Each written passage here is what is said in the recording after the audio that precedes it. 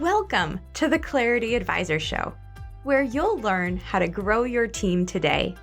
Join Ken Trupke and his guests as they discuss what works and doesn't work to grow your team in today's world. And now, your host, Ken Trupke. Hello and welcome to the Clarity Advisor Show. It's the week between Christmas and New Year's, a time that's typically very slow for businesses. And so what I'd like you to do is consider taking a couple hours, and it doesn't have to be more than that, but it's probably not less than that, and reflect on this previous year and look forward to next year. Now, if it's not the week between Christmas and New Year's when you're listening to this, that's okay. You can still do this. Whatever it is, you can still take a couple hours, stop and look back and look forward. So I've just got a couple ideas to share with you, things that I think you can knock out in a couple hours. So the first thing is let's review last year. Let's do a SWOT analysis, the typical strengths, weaknesses, opportunities, and threats. But I want to just adjust it just a little bit. And instead of looking at strengths and weaknesses, let's look at wins and lessons. And I don't want to call them losses because I don't want to focus on the negative.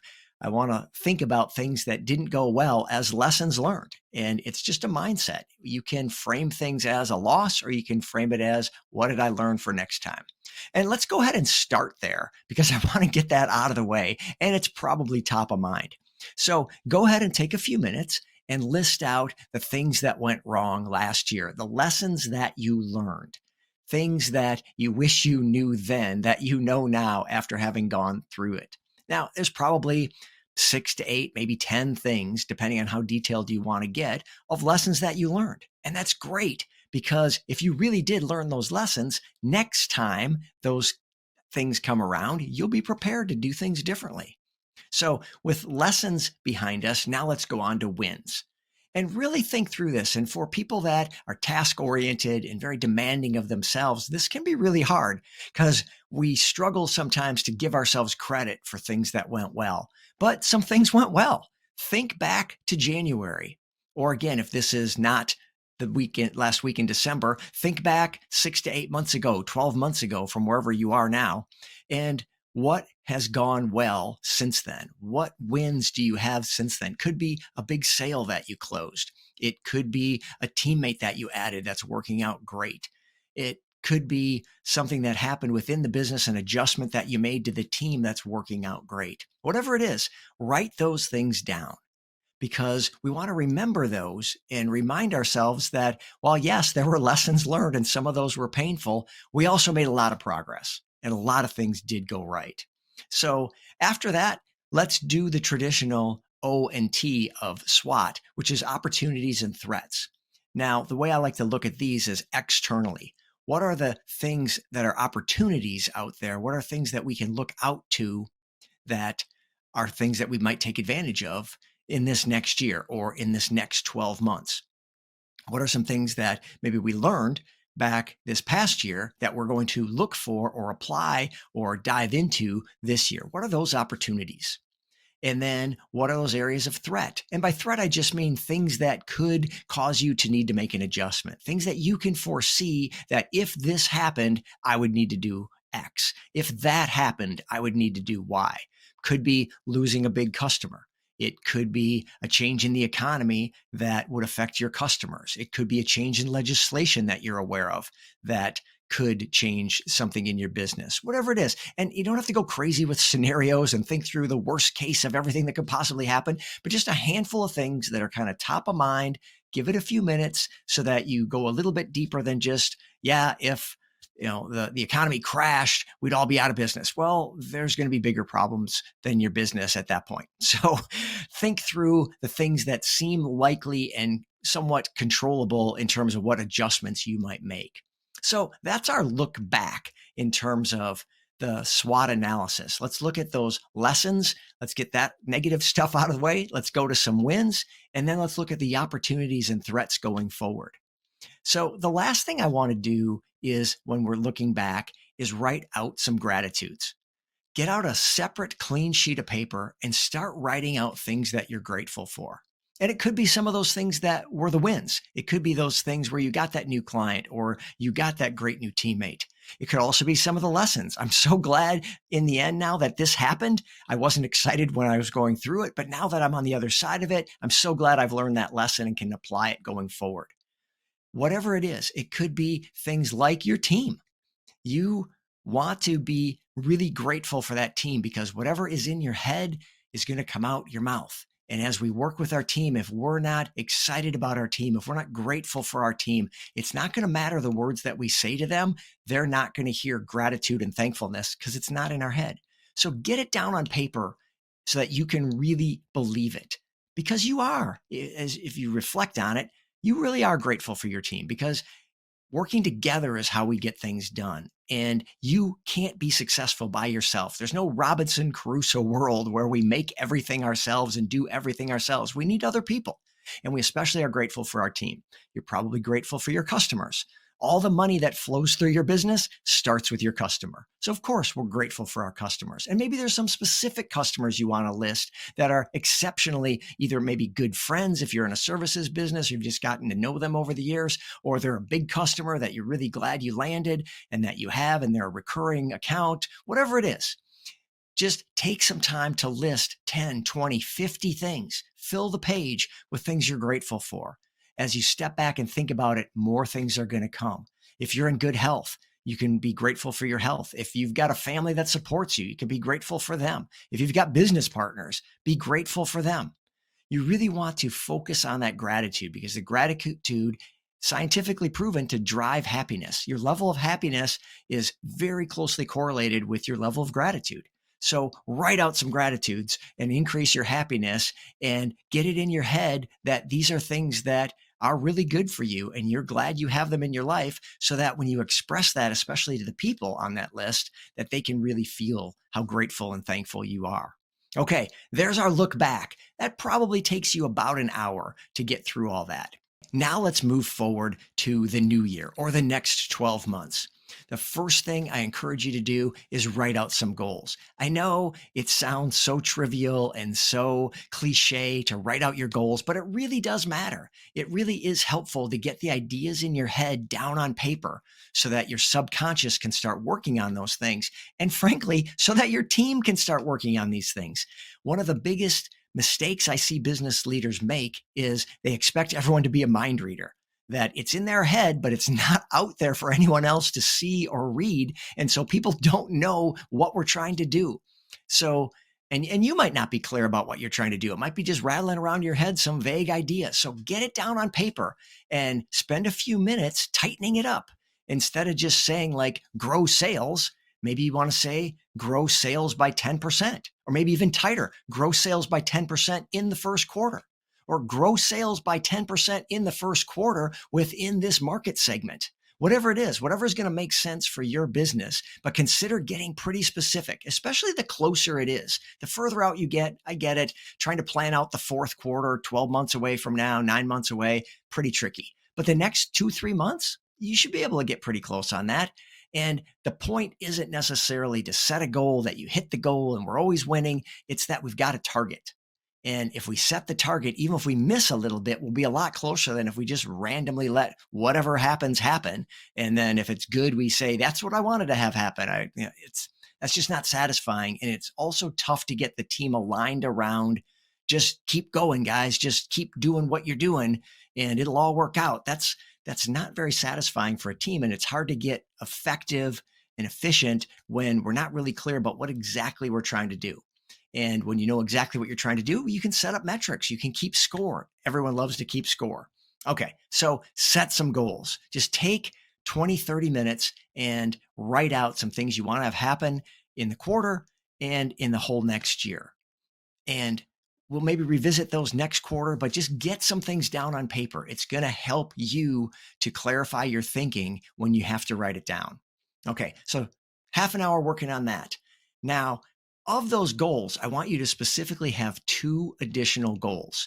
One is spend more time with your team. And I know I just said you got to be really specific. Okay, so here's how to be specific with that one. I want you to spend more time with your team in a couple of very specific ways. One, if you don't already have a daily huddle, please, please, please put on your list, implement a daily huddle. And there's probably not a great reason why you can't do that right away in January or right away next month if this is not December. And start that daily huddle. It only needs to be 10 minutes. I'll put a link in the show notes as to an episode I did on how to do the daily huddle and what the content of it should be and all those things. But it's 10 minutes. There's a ton of benefits. It's going to tighten up your team. It's going to focus your team. Lots of good things. It's going to build the culture. And go listen to the show. But please get a daily huddle as a goal. The second one is implement weekly one-on-ones. Again, this isn't an hour-long, 2-hour thing. This isn't a, quote, waste of time. We have better things to do. Shouldn't we be working? Listen, regardless of what business you're in, whether it's products or services, your team is your competitive advantage. Your team is the only thing your competitors can't replicate. They can buy whatever software you're using. They can buy whatever hardware and computers you're using. They can buy whatever machinery you have. They can hire the same vendors you have. And they're probably already going after the same customers you're going after. What's different about you and where you compete is with your team.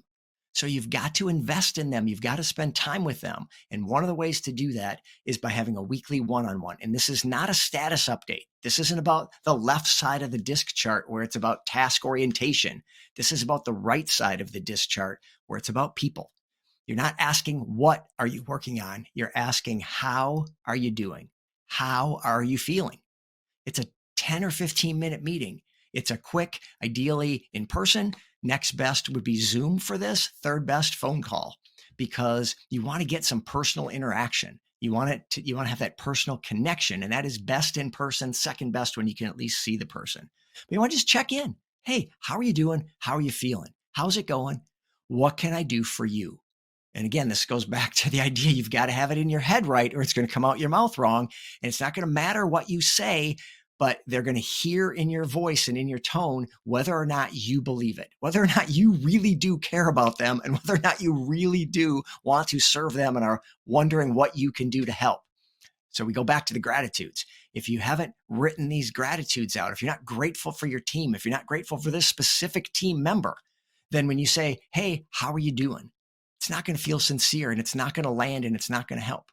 And when you say, how can I help? They're not going to feel like you really want to help. They're going to feel like you're checking a box, and it's actually going to make things worse. So make sure you do those gratitudes so that when you move forward now and we do this weekly one-on-one, it lands and it has the impact you want it to have, which is making your team feel valued because you do value them. You are grateful for them, and they are the thing that you have that your competitors don't have that's going to help you win in the market. So make sure that you're taking care of your team. You're investing more time in your team as a goal, and specifically with a daily huddle and a weekly one-on-one. And I also want you to develop yourself. Again, very vague, broad goal, but you can tighten it up however you would like to. But you've got to be continually investing in yourself. If you're going to pour into your team, if you're going to lead a team, you got to have something to give them. And you got to keep getting more for yourself so that you have more to give. So what things are you interested in? What areas of development might be appropriate for you this year? Is there a course you want to take? There's a ton of online courses you can take. Some are paid, some are even free. You can just make your own course, get a topic of interest, and go look on YouTube, and you'll see a bazillion videos for free that you can watch on that topic. And you can set up a playlist of all those things and make your own course if there's not a course out there. But find an area where you can develop yourself. That could be something about specifically your task. If you're an accountant, maybe you want to learn an accounting thing. You want to get up to speed on some new tax law. Or if it's sales, there's a ton of great sales books. If you haven't read some in a while, go back and reread them. There's a ton of stuff on interpersonal communication and EQ, having that emotional intelligence to connect with people. All those things are great places for self-development. And it could be videos. It could be those courses. It could be something with audiobooks or a physical book or a combination. It doesn't matter, but make sure you're getting specific about, I want to improve in this area, and this area. And maybe it's only one area, and maybe it's only one area it's not till the second quarter, whatever, but get specific, but make sure the topic is develop yourself. Also, I would encourage you to create a morning routine. That's a chance to really codify what it is you do in the morning. If you create space to have the time to do this development, you might say, well, I can't put self-development down because I know I don't have time to read a book. Well, what if you had a morning routine that after you got up and got your cup of coffee, you spent 20 minutes reading your book or watching the videos or listening to the podcast that you chose? Just do something like that. It could fit together, but a morning routine I have found personally to be a game changer. That it makes sure that I get up and do certain things that I've committed to myself to doing. And now I've got a way to get those things done every day. And every day doesn't mean literally every day. It's okay to miss once in a while, but you want it to be so routine that you feel it when you miss it. Because the way you're going to grow is by doing these things day by day. You didn't get where you are in a day. You got there day by day. And you're not going to improve in a day. You're going to improve day by day. It's that continual drip of new information and reinforcing old information that's going to help you to grow and help your team to grow. So make sure that you're taking some time to develop yourself. So that's it. I think you can knock that out in a couple hours. Remember, go back and we're going to start out with some reflection. We're going to do some SWOT analysis, but instead of strengths and weaknesses, we're going to look at lessons and wins. And then we're going to look at some opportunities and threats for the next year, kind of big picture things that you want to be prepared for. And then we're going to write out some gratitudes. After that, we're going to start looking forward. We're going to write out our goals for the quarter and the year, and we're going to include more time with our team, more time invested in our team, and more time invested in ourselves. Okay, so there you have it. Take a couple hours and do this. It might take you only an hour or 90 minutes, or it might take you 4 or 5 hours. That's okay. You can do it in one sitting, or you might want to break it into a day of reflection where you spend an hour or so, and then a day of looking forward where you spend an hour or so. However you want to do it. But just take advantage of this time where it's probably pretty quiet for your business. You maybe have a bunch of people out on vacation. Maybe even you're on vacation. But take a few hours and spend the time reflecting and looking forward. It's going to change the game in this next year. It's going to set you up for success, and it's going to remind you of how well you're doing and the progress that you're making. So with that, I thank you for a great year and look forward to next year, and we'll see you next time on the Clarity Advisor Show. Thank you for listening to the Clarity Advisors Show. Clarity Advisors is a speaking, training, and consulting firm specializing in helping you simplify your sales and operating systems to improve efficiency and grow your profits. Connect with Clarity Advisors today to learn more about how they can help you improve communication and get your team aligned and engaged for greater success.